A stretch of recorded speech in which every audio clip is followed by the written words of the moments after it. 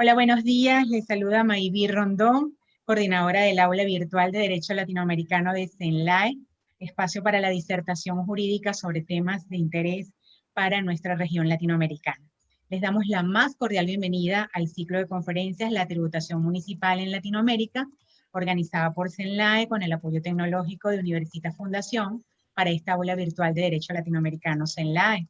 Esta es la segunda conferencia de este ciclo que iniciamos el viernes pasado y les recordamos que estamos transmitiendo en vivo desde el canal de YouTube de Universitas Fundación y utilizando la aplicación Zoom Meeting como aula virtual.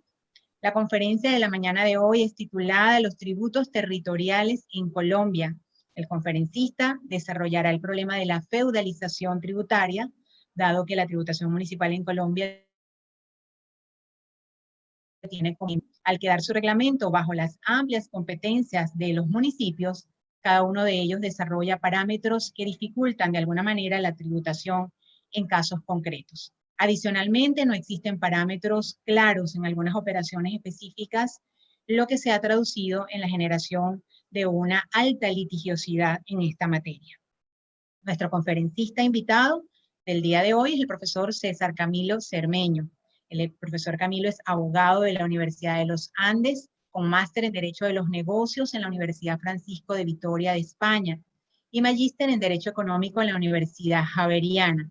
Es vicepresidente del Centro de Estudios en Derechos Procesales CEDEP, fue gerente de litigios en Deloitte y gerente senior en la División de Controversias y Política Fiscal en la ley Ernest Young. Igualmente fue asesor del Plan Decenal de Justicia Tributaria publicado por el Ministerio de Justicia. Durante 5 años lideró el área de litigio tributario y aduanero en la firma española Garrigues en Colombia. Actualmente es socio en DLA Piper Martínez Beltrán. El profesor César es titular de la Cátedra de Teoría de la Argumentación Jurídica de la Universidad del Rosario.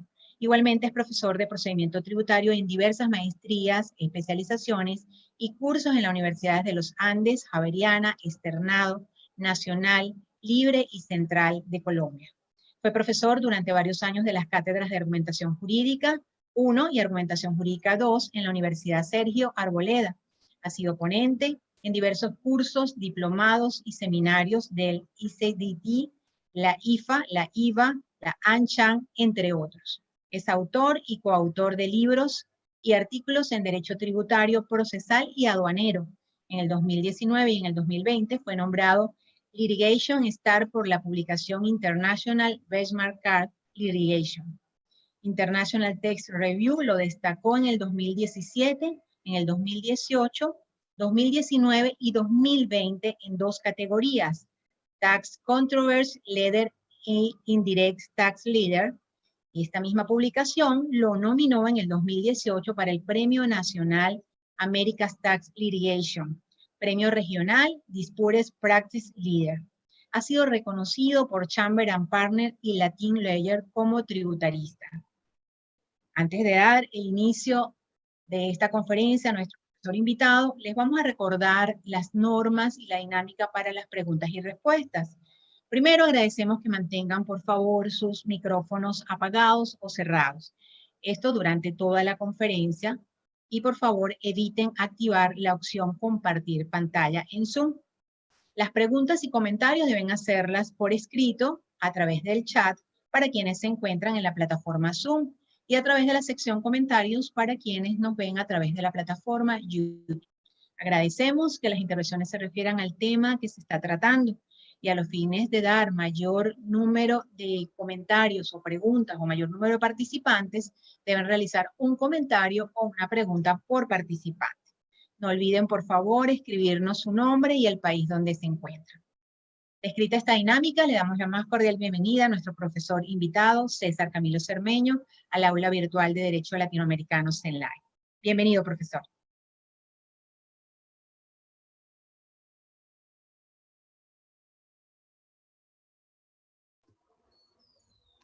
Muchas gracias, Mayvi. Muchas gracias al Centro Latinoamericano de Estudios e Investigaciones Jurídicas, CENLAE. Muchísimas gracias por la invitación a la Fundación Universitas y muchísimas gracias al doctor Leonardo Palacios también por la invitación y por iniciar hace 8 días este interesante panel, además con un altísimo nivel. Vamos a tratar de estar al nivel y la altura que dejó el doctor Palacio. Entonces, sin más prolegómenos, vamos a tratar de mostrar la presentación. Por favor, ustedes me dicen si se ve perfecto. Sí, Sí, se está perfecto. viendo. Listo, muy bien. Perfecto. Muy bien, vamos a hablar de un tema que académicamente es apasionante, es interesante, pero desafortunadamente, y ya la doctora Rondón lo expuso, sería muy interesante los conflictos, las fisuras, las antinomias, desde la perspectiva académica, si no es porque también esto implica múltiples controversias, muchísimos litigios y afecta efectivamente a los particulares en su relación con las autoridades territoriales. Entonces, en Colombia existen estudios que demuestran que hay una altísima litigiosidad en materia de impuestos territoriales. Eh, hay bastantes análisis y estadísticas que demuestran que muchísimas veces lo que defiende, la tesis que defiende un municipio es radicalmente diferente a la que defiende otro municipio, y el contribuyente se ve en medio de dos fuegos, de un fuego cruzado, en donde adicionalmente se comprueba algo que es muy triste, y es que yo, haciendo la lectura de la normativa, haciendo un ejercicio hermenéutico serio, puedo tomar la decisión de tributar la totalidad de mis ingresos en el municipio A. Pero sin embargo, si el municipio B considera que esa tributación se debió haber hecho allí, se crea un conflicto en donde la manera que debería resolverse es simplemente entre los dos municipios, es decir, municipio A hable con el municipio B y miren dónde yo debería haber tributado. Sin embargo, no existe un mecanismo legal actualmente para llevar a cabo esa conciliación de intereses, y el contribuyente se ve en el dilema de pagar en el municipio B, que le está exigiendo que cumpla sus obligaciones allí, y perder el dinero que tributó en el municipio A o iniciar otro litigio con el municipio A. De hecho, se dan situaciones en donde contribuyentes que tienen múltiples operaciones en diferentes jurisdicciones territoriales, en donde muchas le reclaman el cumplimiento de sus obligaciones tributarias. Y aquellas en donde cumplió sus obligaciones, ese municipio no está de acuerdo con el nivel de recaudo que tuvo. Entonces, es un tema, ya vamos a verlo, que es crítico en Colombia, tan es crítico que una de las últimas reformas tributarias creó una comisión de expertos para que formularan recomendaciones para tratar de mitigar el caos que existe. Y sobre ese análisis de esa última comisión vamos a volver varias veces en esta breve disertación. Bueno, Colombia tiene 1.204 municipios que están agrupados en 32 departamentos y un distrito capital. Tenemos múltiples impuestos y usualmente un municipio cuenta en promedio con 21 impuestos, 21 tributos. Sin embargo, cuando vemos estas estadísticas, encontramos que de esos 21 tributos, el 77% se concentran en 3 impuestos. Entonces, existen 18 impuestos que son complejos, difíciles de fiscalizar, difíciles de cumplir, con reglas a veces no tan fáciles ni siquiera de ubicar, que sin embargo tienen una carga tributaria marginal, lo cual lleva a una primera reflexión, y es, ¿valdría la pena simplemente con esta reflexión visual estadística, simplificar el esquema tributario que existe en Colombia. Vale la pena que en promedio un municipio tenga 21 tributos para enfocarse y para centralizar todo su recaudo en solamente, básicamente en dos, que son los que dan casi el 70% de sus ingresos. Y esto también refleja que una empresa que tiene presencia en los 1.204 municipios, y de hecho conocemos casos dramáticos como por ejemplo el Banco Agrario, que es una entidad estatal que está obligada a tener presencia en toda Colombia, que no solamente está en los más de 1.200 municipios en Colombia, sino que además está en determinadas veredas, caseríos, y entonces tiene 1.300 oficinas. Y esto hace que tenga que aprender el lenguaje de 1.200 jurisdicciones, cada una con 21 o más impuestos, cada una con propias reglas, cada uno con sus propios principios y cada uno con sus propias problemáticas. Además, tratando de conciliar diferentes lenguajes que existen en cada municipio.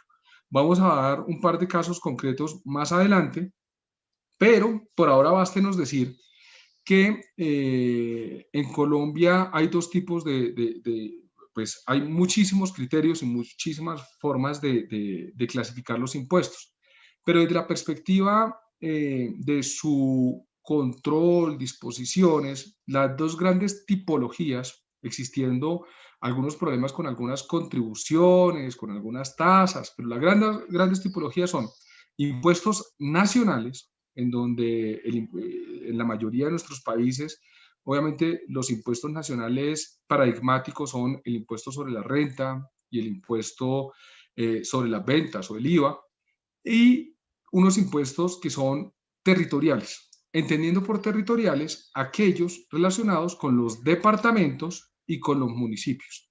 Cada uno tiene su propio esquema, cada uno tiene su propia configuración, cada uno tiene su propia problemática, pero obviamente el gran problema con los impuestos territoriales es la fragmentación o feudalización en el lenguaje, porque en Colombia existe el principio de autonomía territorial y ese principio constitucional señala que bajo la sombrilla de la ley los municipios tienen y pues los departamentos tienen amplias facultades para configurar sus tributos.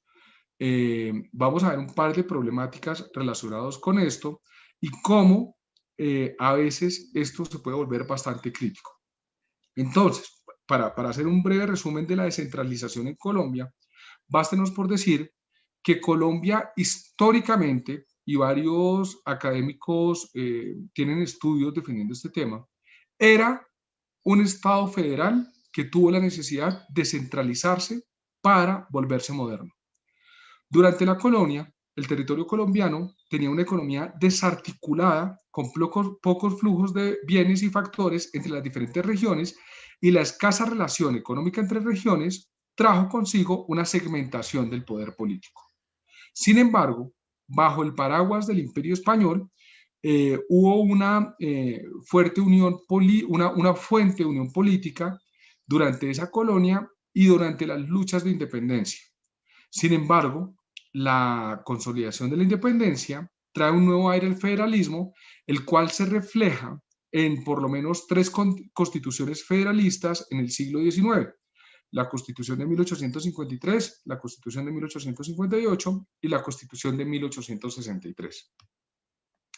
Ese periodo federal, obviamente, como en muchos de nuestros países, no fue pacífico y estuvo caracterizado por diferentes guerras civiles locales que reflejaban las tensiones existentes, lo que llevó a que se fuera fortaleciendo las ideas centralistas, que finalmente se consolidaron y se configuraron en la Constitución de 1886, que da inicio a un proceso constante pero gradual de centralización política, militar, legislativa y judicial, que culmina en 1910 con el dominio político de una clase dirigente nacional, especialmente por su cercanía con el comercio exterior.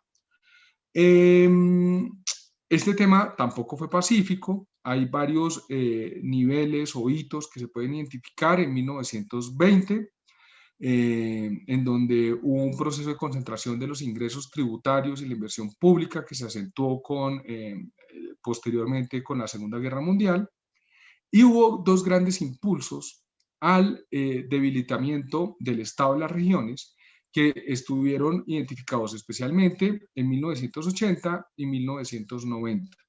De hecho, en esos periodos existe se trató de fortalecer las políticas municipales, pero siempre bajo el amparo de la política nacional, a través de los departamentos. Y es que existía, por ejemplo, un esquema en donde los municipios podían escoger sus alcaldes, pero los departamentos eran designados, los gobernadores de los departamentos eran designados a nivel nacional, lo cual obviamente hacía que hubiera un paternalismo del centro. Eso se va modificando posteriormente con la Constitución de 1991, pero sin embargo, y eso está plenamente identificado, por ejemplo, por la OCDE, en Colombia el tema territorial todavía requiere muchísimos ajustes en temas de salud, en temas de recaudo tributario, en tema de competencias, en tema de eliminación de tributos antitécnicos, y precisamente para esto último, la comisión, hace menos de 2 meses, la comisión de expertos acaba de formular algunas recomendaciones. ¿Por qué el tema en Colombia es crítico? Porque, entre otras razones, Colombia es un país donde el derecho tributario es bastante fluctuante. Cada 2 años vemos aquí, por ejemplo, las reformas tributarias de nuestra vida republicana, y vemos cómo se pasa de un primer momento en donde cada gobierno tenía una o máximo 2 reformas tributarias, a un momento en donde es usual que los gobiernos hagan una reforma tributaria cada 2 años. Y en esas reformas tributarias cada 2 años se varían algunas de las reglas de juego que históricamente se vienen respetando. De hecho, en los últimos años, los últimos 3 años, el tema es todavía más crítico. El gobierno de Iván Duque hizo una reforma tributaria en 2018. Esa reforma tributaria fue declarada inconstitucional por razones de forma, lo cual llevó a una inseguridad jurídica todavía más crítica o palpable en un país que no tiene seguridad jurídica, y que hizo que en el 2019 se hiciera otra reforma tributaria, que fuera una especie de copy-paste, replicando la reforma tributaria que había sido declarada inconstitucional. Sin embargo, a veces el copy-paste no funciona. A veces lo que se pensó en 2018, en 2019, no se satisface con una mera copia de esa disposición. Entonces se crearon otro tipo de controversias. En 2019, además, hubo 3 reformas tributarias, lo cual muchos colombianos ni siquiera tenemos conciencia de eso. Estuvo la reforma tributaria tramitada vía Congreso, vía regular, una reforma tributaria tramitada también por el Legislativo en el Plan Nacional de Desarrollo, que cambió varias reglas de juego, y hubo una reforma tributaria que se hizo vía decreto. El Plan Nacional de Desarrollo dijo el gobierno podrá simplificar algunos trámites, y entonces el gobierno expidió un decreto supuestamente para simplificar algunos trámites, que sin embargo cambió algunas reglas de juego, por ejemplo, incluso en procedimiento tributario, lo cual crea algunas dudas sobre su legalidad. Si un decreto puede cambiar o modificar las reglas del estatuto tributario, considerando que un principio básico de nuestra tributación es que sin representación, obviamente, no hay tributación. Y finalmente, en 2020, con el tema de la pandemia, Es incluso difícil detectar cuántas reformas tributarias ha habido.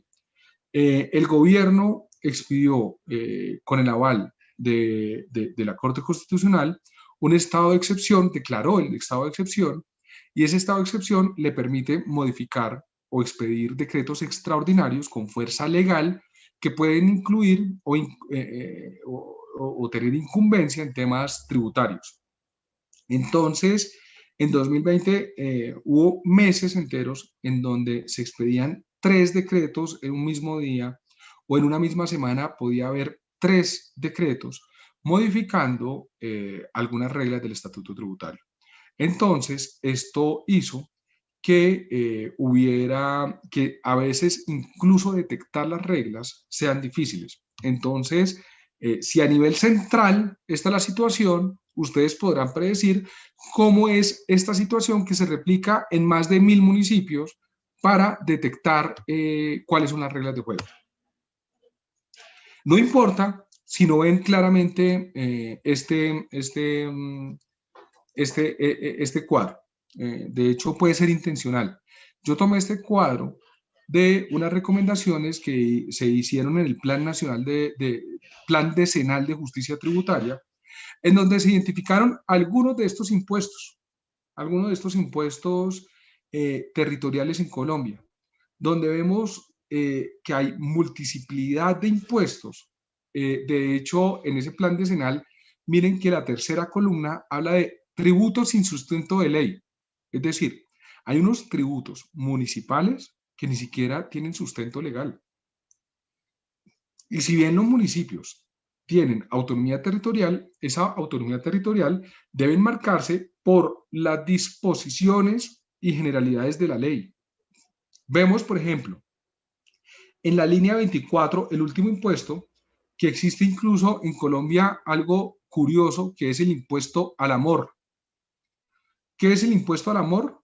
Es un impuesto, bueno, en Colombia existe algo que se llaman los moteles, que son como hoteles por horas, y algunos municipios han querido gravar a esos moteles y por eso lo llaman impuestos al amor.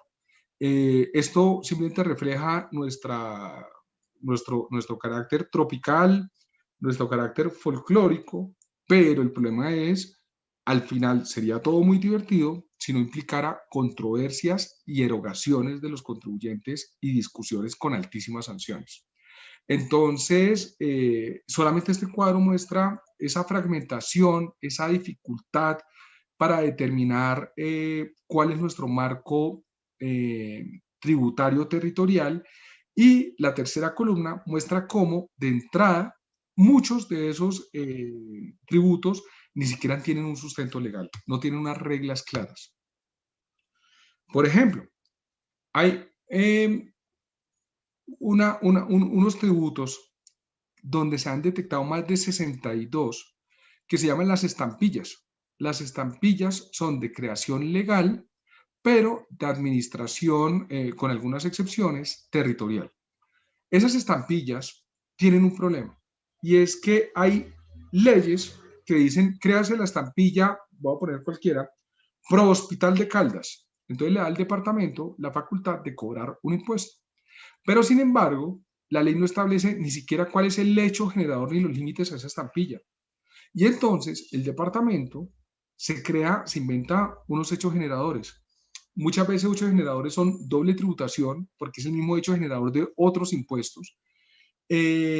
Las tarifas son excesivas, las tarifas son irracionales, y además desnaturalizan el impuesto, porque las estampillas tienen un objetivo, y es, necesitamos mantener un hospital, necesitamos financiar una universidad, y para eso creamos una estampilla. Y la idea de esa estampilla es recaudar, por poner un ejemplo, 10 millones de dólares. Sin embargo, se ha detectado que los recaudos son a veces de 5 o 10 veces más lo que pretendía la ley. ¿Y yo cómo hago para oponerme? Si yo ya sé que se recaudaron 10 millones de dólares de una estampilla que pretendía recaudar $1 millón, ¿yo cómo hago para oponerme a ese pago? ¿Yo cómo hago para pedir la devolución? ¿Yo cómo hago para exigir que me informen cuánto se ha recaudado? ¿cómo hago para el municipio para adecuar su sistema para ese recaudo? Además, existen muchas controversias en donde la propia jurisprudencia ha fluctuado y ha cambiado sus reglas. Un caso famoso es del impuesto del alumbrado público. El impuesto al servicio del alumbrado público busca, como su nombre lo indica, financiar el alumbrado público en los municipios. Entonces, existe una ley muy antigua, de principios de 1900, que señala simplemente que los municipios podrán crear el impuesto del alumbrado público, nada más. Y los municipios, entonces, creativamente, establecen unos hechos generadores, unas bases gravables, unas tarifas. Y existe la controversia legítima de si los municipios tienen facultades para desarrollar un impuesto que fue un cascarón vacío legislativamente, que no, si bien los municipios tienen facultades y tienen autonomía, la ley debe marcarle cuáles son las pautas de ese cobro. Y durante mucho tiempo, la jurisprudencia defendió que los municipios, a pesar de que la ley había guardado silencio, claro, que tenían facultades para desarrollar esos tributos. Y durante mucho tiempo entonces se respetó esa autonomía territorial, obviamente bajo algunas pautas y reglas generales de legalidad. Durante por lo menos 2 o 3 años se modificó esa tesis y el Consejo de Estado empezó a declarar nulas algunas normas, algunas regulaciones municipales, diciendo que esa autonomía territorial no era absoluta. Y si la ley no había desarrollado los principios básicos o los elementos básicos del tributo, hecho generador, base gravable, tarifa, entonces los municipios no podían hacer. Y cuando se creía que esa posición jurisprudencial iba a ser permanente, después radicalmente se retomó la posición tradicional. Entonces se crea ese tipo de discusiones, se crea ese tipo de ambigüedades, de inseguridades que hacen muy difícil hacer negocios a nivel territorial. Además, existen, además de los múltiples impuestos, existen tributos que son difíciles de diferenciar. ¿Cuál es la diferencia entre el impuesto predial, entre el impuesto de alineación urbana, entre el impuesto de la plusvalía y el impuesto de la contribución por valorización? Son 3 impuestos o 4 impuestos que gravan la propiedad en los municipios, los inmuebles, pero que a la vez, si bien están diferenciados, a veces no es muy fácil detectar cuáles son sus límites. Hay tributos que tienen desuetud, que ni siquiera los propios municipios saben que existe, como el impuesto de huello, el impuesto de pobres. Existen impuestos, como el impuesto al consumo, con reglas que si bien existe el impuesto al consumo, hay un impuesto al consumo similar al IVA que se cobra en los restaurantes o en ciertas actividades. Hay un impuesto al consumo de ciertos productos y existe un impuesto nacional cedido a los departamentos, que es el impuesto al consumo de licores, cervezas y cigarrillos, que los 3 tienen diferencias, tienen complejidades operativas y nuevamente generan ciertas dificultades y ciertas controversias. Bueno, este tema ya lo he comentado y está la problemática de la inexistencia de líneas jurisprudenciales claramente consolidadas. A veces litigar en algunos temas es igual que tirar un tiro al aire, una piedra al aire, porque hay líneas jurisprudenciales caóticas, hay líneas jurisprudenciales que varían su sentido de una manera que uno podría llamar ilegítima. Acuérdense que hay un espectro legítimo de variación de líneas jurisprudenciales, pero hay unas en donde los cambios de posición son completamente bruscos y por eso es difícil incluso predecir cuál es un litigio. Este es el esqueleto básico de un procedimiento tributario. El estatuto tributario dice que el Estatuto Tributario Nacional trae unas reglas de procedimiento, pero la Ley 788 dice que los municipios tienen que respetar ese procedimiento tributario nacional, aunque pueden simplificarlo, pueden hacerlo más sencillo. Y aquí vienen algunas discusiones.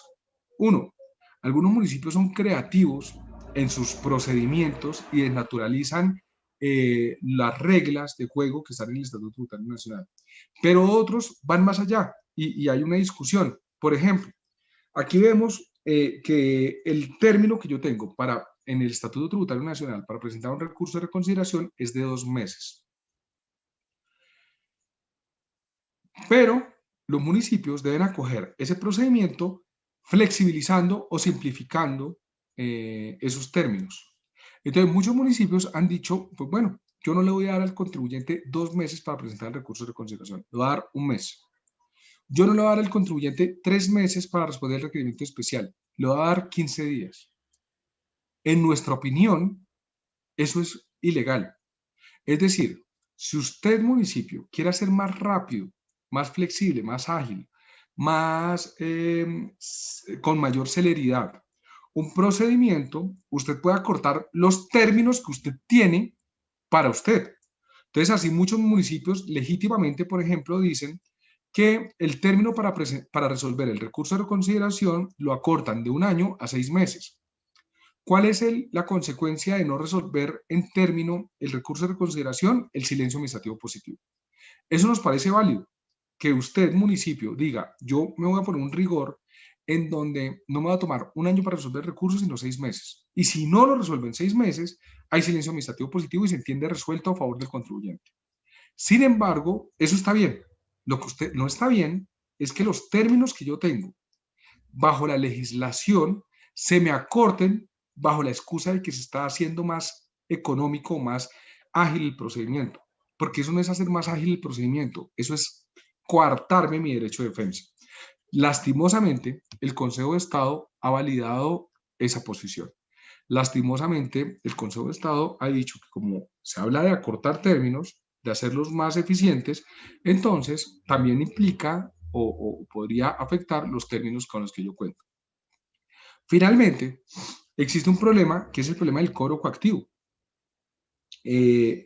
Los municipios, para efectos de cobrar las obligaciones a su cargo, tienen amplias facultades y no tienen que ir a donde un juez para embargar a un contribuyente.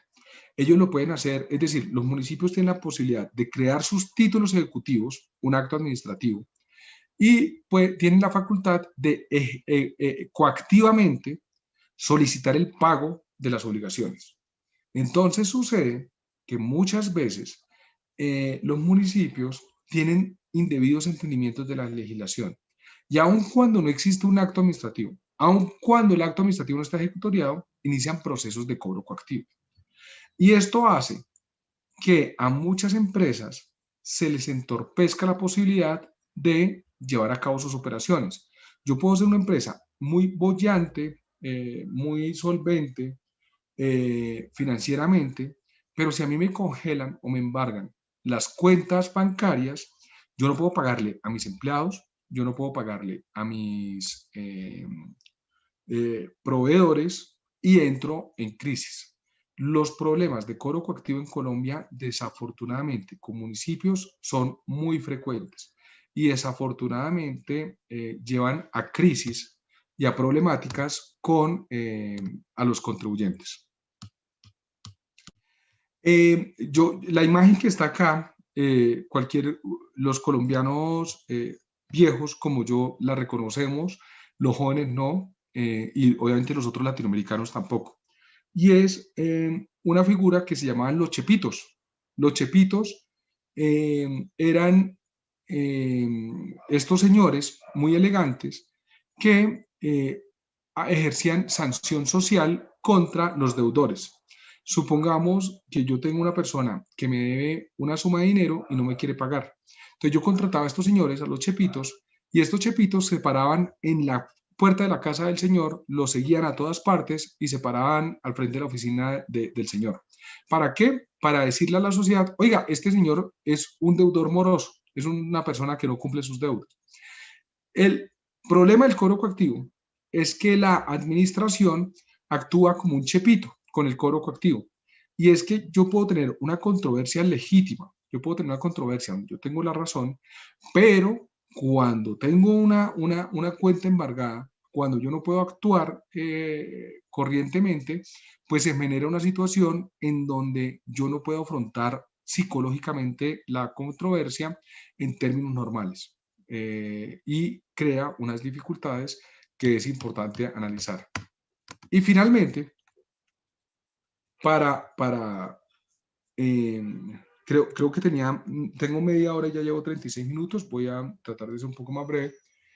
Finalmente, las últimas reformas tributarias han creado tipos penales en donde existe, y además la figura del abuso en materia tributaria, que no es una figura penal, sino una figura de desconocer las formalidades para darle el tratamiento que realmente tienen las operaciones que se están escondiendo.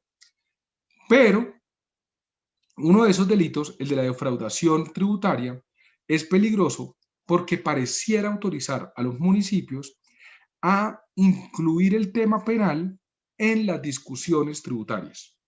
Y esto ya es otro universo.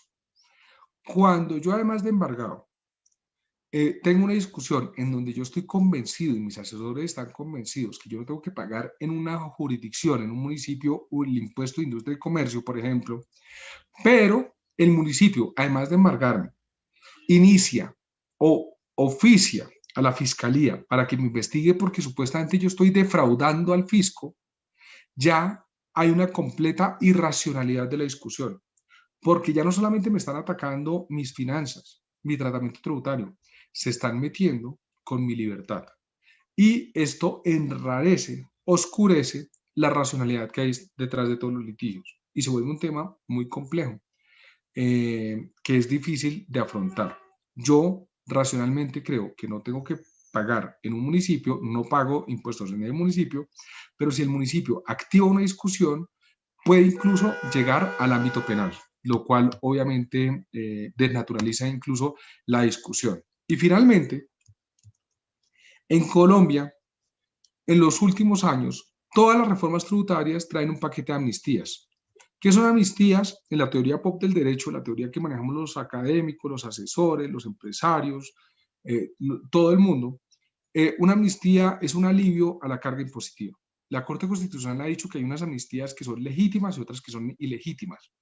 El problema que ha dicho la Corte Constitucional es, ojo, las amnistías tributarias transformadas en práctica constante erosionan la justicia y la equidad tributaria.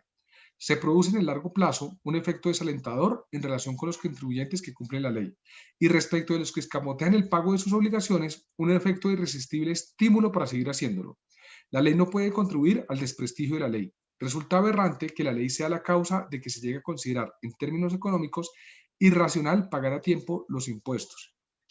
Sin embargo, si la Corte ha atacado de esta forma las amnistías, ¿por qué todas las reformas tributarias traen un paquete de amnistías? La respuesta es para efectos recaudatorios, porque es una forma fácil de recaudar, pero si ustedes miran, es una forma mentirosa de recaudo. Es como si todos ustedes son clientes míos, yo les he facturado a lo largo del año y ustedes no me han pagado. Y entonces yo hago una rebajatón y les digo a ustedes que me pueden pagar con el 30% de descuento si me pagan antes de diciembre. Obviamente ustedes me van a pagar antes de diciembre porque me van a pagar solamente el 70%. El problema es, y si vuelvo a repetir esa práctica el próximo año y el siguiente año y el siguiente año, se crea una cultura donde ustedes saben que si yo les emito una factura en junio, es irracional que ustedes me paguen en julio. Mejor se esperan hasta octubre a que yo haga la rebajatón y ustedes me van a pagar el 70%. En Colombia tenemos esa cultura desafortunadamente. Y como cada 2 años viene una amnistía, ya los contribuyentes han adecuado sus lógicas y su racionalidad para seguir discusiones irracionables, para aprovechar una amnistía futura o simplemente no pagar. Porque sé que si yo no pago hoy y espero dentro de unos años, voy a obtener un beneficio y ese beneficio es una rebaja. Entonces, las amnistías castigan al cumplidor y premian al incumplido. Esta básicamente era una radiografía a grandísimos rasgos de lo que existe en Colombia en materia de impuestos territoriales. Estoy viendo que hay ya algunas preguntas en el chat interno. Una pregunta dice acá, no sé si la quiere leer, Maybe. Ah, bueno. Sí, sí, lo ayudo, profesor. Gracias, excelente su exposición. Vamos a comenzar con los comentarios. Les recordamos que a través de nuestra plataforma YouTube pueden hacer comentarios pueden hacer preguntas en la sección comentarios y en Zoom en el chat. Tenemos en el chat cordial saludo desde Pasto, Nariño. Mario David Cabrera le envía saludos. Excelente. Saludos. ¿Qué iniciativas existen para mejorar los procesos contenciosos en temas territoriales en Colombia? Preguntan desde YouTube. Muchos Muchas saludos, gracias. profesor. Muchas gracias. Una iniciativa muy interesante de la comisión habla de el Tribunal Fiscal. El Tribunal Fiscal existe en muchas jurisdicciones. El Tribunal Fiscal que más he estudiado en Colombia es el español. Y en Colombia sucede algo, y es que el procedimiento de discusión en sede administrativa tributario tiene una estadística fatal, y es que se ha demostrado que solamente entre el 2 y el 8% de las controversias se resuelven en sede administrativa a favor del contribuyente. Entonces, ya es muy reiterativo saber que una discusión en sede administrativa tiene bajísimas probabilidades de éxito. En ese sentido, se desalienta a seguir un procedimiento, sobre todo cuando se tiene en consideración esos resultados. Conscientes de eso, la comisión está proponiendo un tribunal fiscal que, aparte de las competencias de los municipios o incluso de la Dirección de Impuestos y Aduanas Nacionales, y haya una entidad centralizada que resuelva esas controversias en sede administrativas, y así además le ahorremos un montón de discusiones que llegan a lo judicial cuando se hubieran podido conciliar en lo administrativo. Se está proponiendo que en ese tribunal no solamente haya abogados. Si bien, obviamente, el ejercicio de resolver un recurso es un tema jurídico, todos nosotros sabemos que las discusiones tributarias son interdisciplinarias. Entonces se propone que haya economistas, contadores, abogados, gente experta en el tema tributario que resuelva los temas consultando lo técnico y lo complejo que puede ser un procedimiento pues, en esta materia.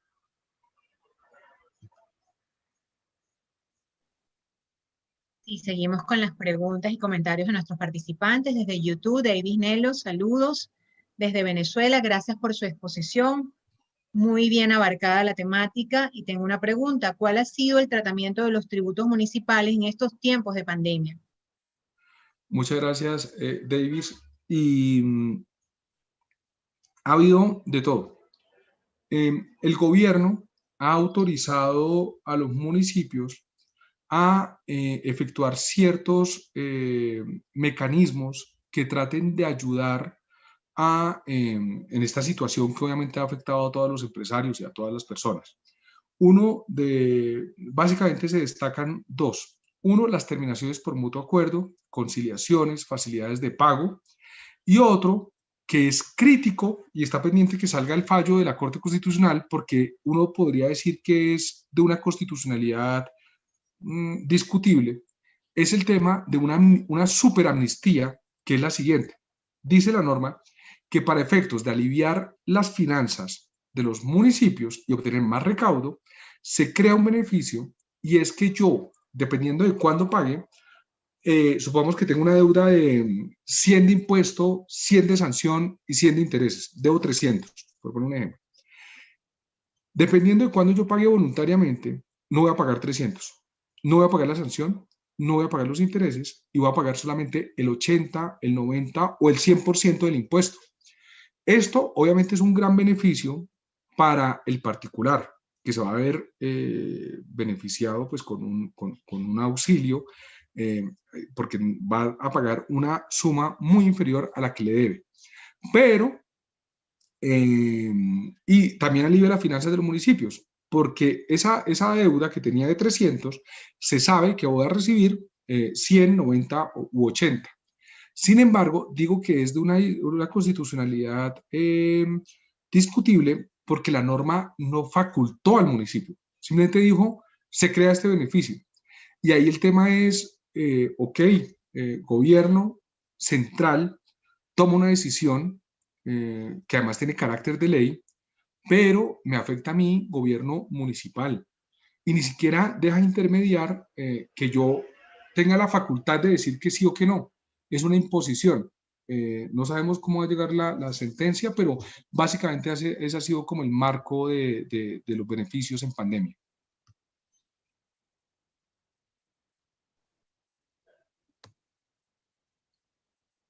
Lucila Salazar desde YouTube, buenos días. En el proceso de reconstrucción de Venezuela debemos implantar el impuesto al amor y el método de cobro. Gracias, excelentes saludos. Muy buena intervención. El impuesto del amor ha sido muy exitoso en ciertas jurisdicciones intensivamente usuarias del hecho generador. Sin embargo, ha tenido muchísimos problemas de legalidad. Ha tenido muchísimos problemas. Y el tema del método de cobro, no sé cómo funciona en Venezuela, obviamente ofrece una ventaja indiscutible, y es, yo, entidad, no tengo que acudir a ningún juez para que me paguen los 100 millones de pesos de impuestos que ya jurídicamente están ejecutoriados, están consolidados, existen esa deuda. Entonces yo simplemente voy y coercitivamente cobro ese dinero. Sin embargo, el problema es, y con la DIAN, con la Autoridad Nacional, funciona, yo creo que bien, o relativamente bien. Con los municipios, el problema es la técnica, a veces falla, no existe conocimiento, no existe capacitación, y desafortunadamente son embargados muchos empresarios que ni siquiera tenían una obligación. Entonces, yo creo que el método de cobro es eficiente, pero requiere una capacitación alta por parte de los funcionarios. ¿Se ha presentado en todos los municipios, profesor, este tipo de impuesto? El proceso de cobro coactivo está a nivel nacional. Y claro, hay un problema, y es, supongamos que Maybe, yo municipio creo que Maybe me debe un dinero, supongamos. Maybe dice que no, y ella tiene razones suficientes para defender que no. Sin embargo, yo preventivamente, porque el embargo es una medida cautelar, yo le embargo esos 100 millones de pesos a Maybe, le digo al banco donde Maybe tiene sus ingresos, le digo, congele esos recursos. Maybe no está de acuerdo.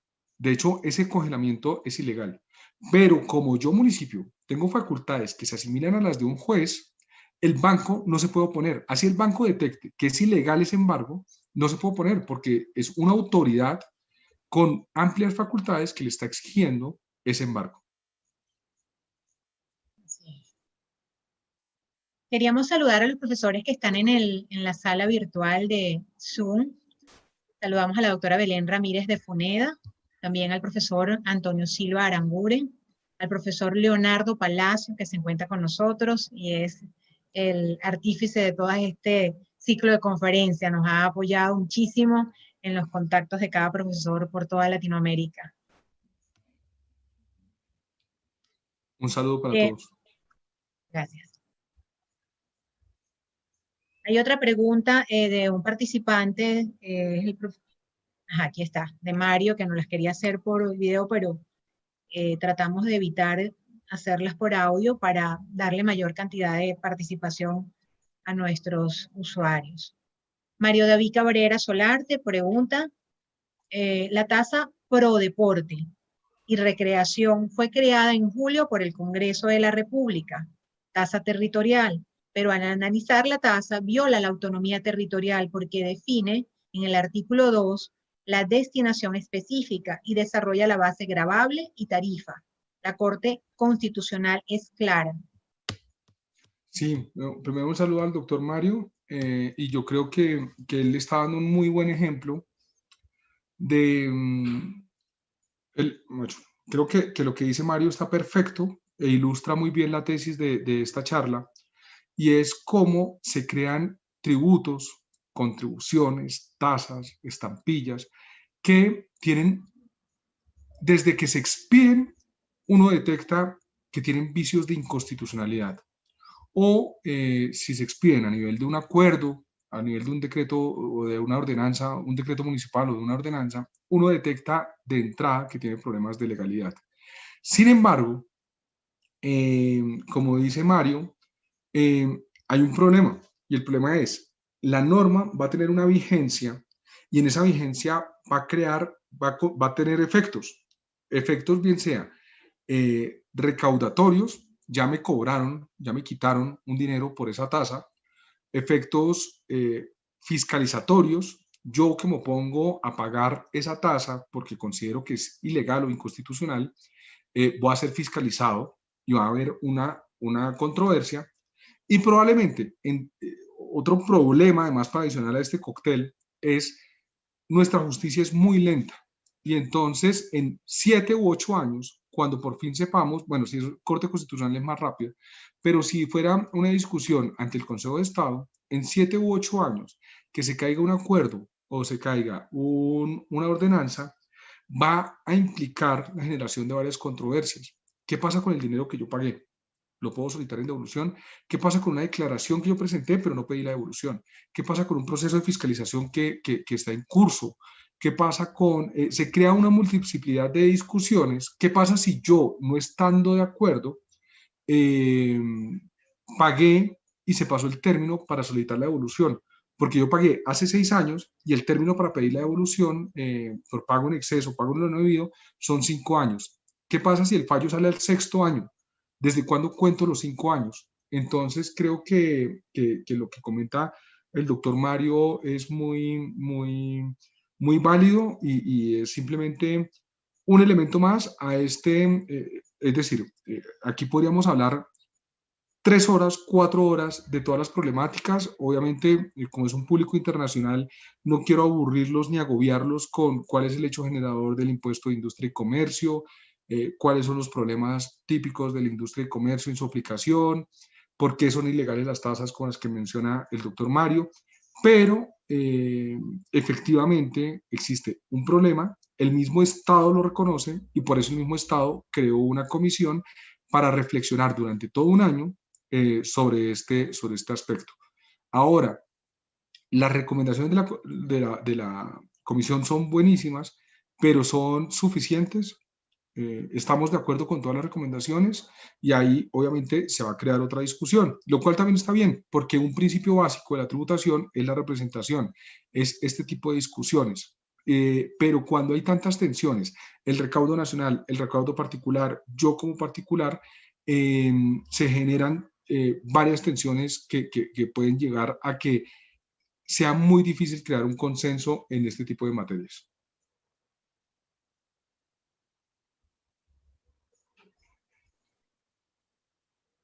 Desde YouTube nos preguntan, saludos desde España, profesor, ¿qué exenciones se está realizando con la pandemia a las empresas? Muchas gracias, un saludo. En términos generales, el gobierno emitió muchísimos decretos, y yo creo que fueron bien intencionados para salvaguardar o aliviar a las empresas y a los particulares en época de pandemia. Muchos de esos decretos ya la Corte Constitucional, en control automático de constitucionalidad, se ha pronunciado avalándolos, y en algunos casos declarándolos inconstitucionales. Básicamente podríamos decir que los alivios fueron en relación con maximizar o hacer un procedimiento express de devoluciones, determinaciones por mutuo acuerdo, de acuerdos de pago. Usted me debe 100 millones de pesos de impuesto, estamos en crisis, usted no tiene ingresos, entonces hagamos un acuerdo en donde usted no me va a pagar, eso sí, yo no lo voy a cobrar, yo no lo voy a embargar por 100 millones de pesos, hagamos un acuerdo donde usted me va a pagar en cuotas de 10 millones de pesos de aquí a 10 meses, por ejemplo. Yo, Estado, le debo a usted un saldo a favor de 100 millones de pesos, entonces creemos un mecanismo donde saltemos los términos usuales y rápidamente yo pueda darle a usted los 10 millones de pesos que usted necesite. Se crearon mecanismos de beneficio en relación con intereses, donde hay unas tasas preferenciales, donde si ustedes pagan hasta el 30 de noviembre no tienen que pagar intereses, unos beneficios que ya comenté en relación con las deudas que había en impuestos territoriales. ¿Qué más puede uno destacar? Hubo unos días sin IVA para ciertos sectores para efectos de que activaran o reactivaran su actividad económica. Se corrieron algunos términos, esto fue muy importante, entonces algunos términos que caían justo en pandemia y que implicaban que yo tuviera que sacar del bolsillo recursos para pagar impuestos, se corrieron y se aplazaron, lo cual tuvo algún beneficio en caja, pues porque yo puedo tener en mi cuenta de ahorros, perdón por usar siempre esta cifra, 100 millones de pesos, yo puedo tener en mi cuenta de ahorros 100 millones de pesos, pero en algún momento las empresas que no están recibiendo ingresos por la pandemia, porque soy un restaurante, tuvieron que tomar una decisión difícil. ¿Le pago a mis empleados? ¿Le pago a la DIAN? ¿Pago impuestos? ¿Pago el arrendamiento? Entonces la DIAN dijo, declaremos más adelante, y con eso se dio ciertos beneficios. Yo creo que sí existieron muchas iniciativas, yo creo que no fueron suficientes o pudieron haber sido mejores, pero yo creo que hubo una buena intención del gobierno para aliviar las cargas tributarias de los contribuyentes. Desafortunadamente, como pasa en muchos de nuestros países, una cosa piensa el gobierno, el Estado, y otra cosa piensa el funcionario. Y paradójicamente sucedió en el tema de devoluciones que se quiso crear un mecanismo en donde básicamente yo pidiera la devolución y muy rápidamente tuviera los recursos, y la cultura de algunos funcionarios a entorpecer, a poner trabas, a poner obstáculos, hizo que esos trámites que debían ser sencillos se volvieran demasiado complicados.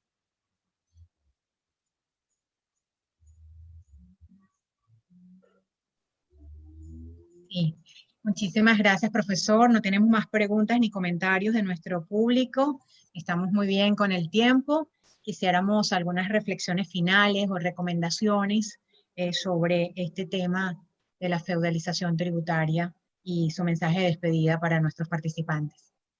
No, muchas gracias. Yo primero creo que este tipo de iniciativas son necesarias porque muchas veces se reflexiona sobre tributación internacional, sobre cómo hay buenas prácticas de impuestos sobre la renta o impuestos nacionales, pero no se reflexiona sobre temas que aparentemente deberían ser, como su nombre lo indica, 100% locales, territoriales, pero donde las enseñanzas y este tipo de construcciones son necesarias. Yo sé que las dificultades que acabo de comentarles, algunas de las problemáticas de las que habló el doctor Leonardo hace 8 días, algunos de los temas que van a ver más adelante, nos muestran que, primero, tenemos muchos puntos en común, tenemos muchos errores de los cuales aprender para no cometerlos en otras jurisdicciones. Y si bien esta es una construcción local, donde cada cultura, cada conglomerado debe hacer sus propios consensos, lo cierto es que las experiencias de otros nos enseñan a mejorar. Esa básicamente creo que es el beneficio de este tipo de puertas que se están abriendo, y creo que este debería ser el primero de muchísimos debates para tratar de mejorar problemas que nos estamos dando cuenta que son más comunes de lo que pudiera parecer. Así es, profesor. Muchísimas gracias por ese comentario final, esa reflexión, y esa es la idea, a través de estas videoconferencias, resaltar lo que está pasando en Latinoamérica y escuchar y analizar y comparar cada país y comentarlo para construir mejores propuestas para la región latinoamericana. Esa es la idea, y sobre todo es escuchar el caso de la feudalización tributaria en Colombia es extraordinario como uno de los temas que estamos desarrollando hasta el 30 de octubre que van a ser estas conferencias. Escuchamos el viernes pasado a Venezuela, hoy correspondió a Colombia y el próximo viernes nos tocará México hasta el 30 de octubre que vamos a hablar sobre Guatemala y también vamos a tener Perú. Y cerramos con España con una visión o la visión de Iberoamérica comparada con Latinoamérica. Ese va a ser nuestro ciclo completo de conferencias en materia tributaria. Creo que hay un comentario. Manuel López, saludos cordiales desde Cobán, Guatemala. Un abrazo, estimado doctor Cermeño. Un abrazo, doctor Manuel, maestro Manuel. Y bueno, muchísimas gracias por la extraordinaria exposición del profesor César Camilo Cermeño sobre la feudalización tributaria en el caso Colombia. Los invitamos para nuestra próxima conferencia, que será el viernes. Vamos a hablar sobre este tema sobre México con el profesor Arturo Pueblita, es el que nos va a acompañar en la próxima conferencia sobre las contribuciones a la propiedad inmobiliaria y la administración tributaria municipal. Tanto por la plataforma de YouTube como por esta sala virtual en Zoom Meeting. Y gracias al profesor una vez más por aceptar la invitación y este reto de revisar la región latinoamericana. Gracias a todos ustedes, les deseamos un feliz día, los invitamos a que se suscriban a nuestro canal en YouTube, activando la campanita para que estén informados cada vez que iniciemos transmisiones, tanto en el canal de Universita Fundación como el canal de Zenlive. Pueden visitarnos en nuestras redes sociales, estamos en todas las plataformas, a través de zenlive.online y a través de Universitas Fundación. Los invitamos para la próxima conferencia a las 10 de la mañana, hora México, Perú, Colombia y Ecuador, a las 11 Venezuela, República Dominicana, Chile, Colombia y Paraguay, a las 12 del mediodía Argentina, Brasil y Uruguay, a las 5 p.m. estaremos en Canarias y Portugal y a las 6 la transmisión se puede observar desde Alemania, España, Francia e Italia. Muchísimas gracias y que tengan todos un feliz día donde quiera que se encuentren.